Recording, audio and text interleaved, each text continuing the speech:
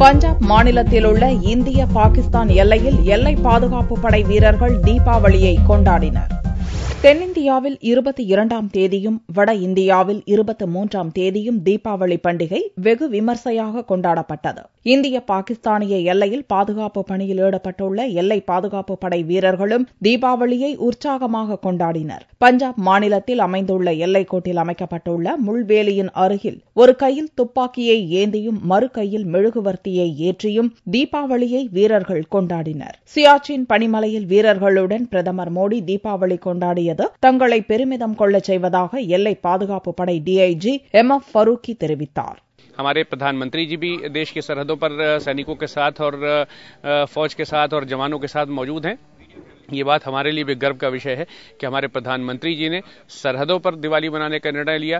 इस बात पर हर एक जवान गौरवान्वित महसूस कर रहा है. பஞ்சாபில் உள்ள வாகா எல்லையில் பண்டிகை நாட்களின் போது இந்திய பாகிஸ்தானிய வீரர்கள் இனிப்புகளை பரிமாறிக்கொள்வதை வழக்கமாக கொண்டிருந்தனர். ஆனால் எல்லையில் நடந்து வரும் தொடர் சண்டையால் தீபாவளியன்று வாகாவில் இருதரப்பு ராணுவத்தினரும் இனிப்புகளை பரிமாறவில்லை. சில நாட்களுக்கு முன் பக்ரீத் திருநாளன்றும் இருதரப்பினரும் இனிப்புகளை பரிமாறவில்லை என்பது குறிப்பிடத்தக்கது.